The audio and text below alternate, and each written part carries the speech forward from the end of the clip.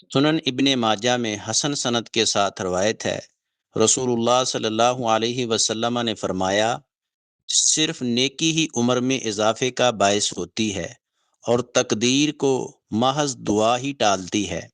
بلا شبہ انسان کو بعض اوقات ایک گناہ کی وجہ سے رزق سے محروم کر دیا جاتا ہے۔ اس حدیث مبارکہ میں 3 چیزیں بیان ہوئی ہیں۔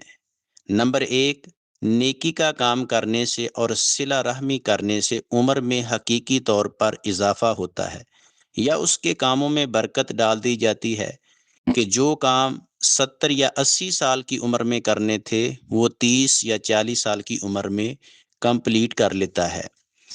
دوسرا مطلب یہ ہے جو اس میں چیز بیان ہوئی ہے، تقدیر بدلنے کا مطلب یہ ہے کہ جس مصیبت سے انسان ڈرتا ہے، دعا کی برکت سے وہ مصیبت رک جاتی ہے اور آئی ہوئی مصیبت دور ہو جاتی ہے۔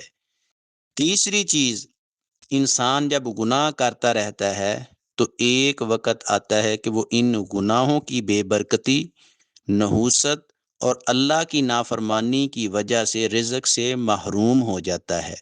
گناہ انسان کے رزق میں رکاوٹ بنتے ہیں، نیکی رزق کھینچتی ہے اور بد عملی گناہ رزق کو دور کر دیتی ہے۔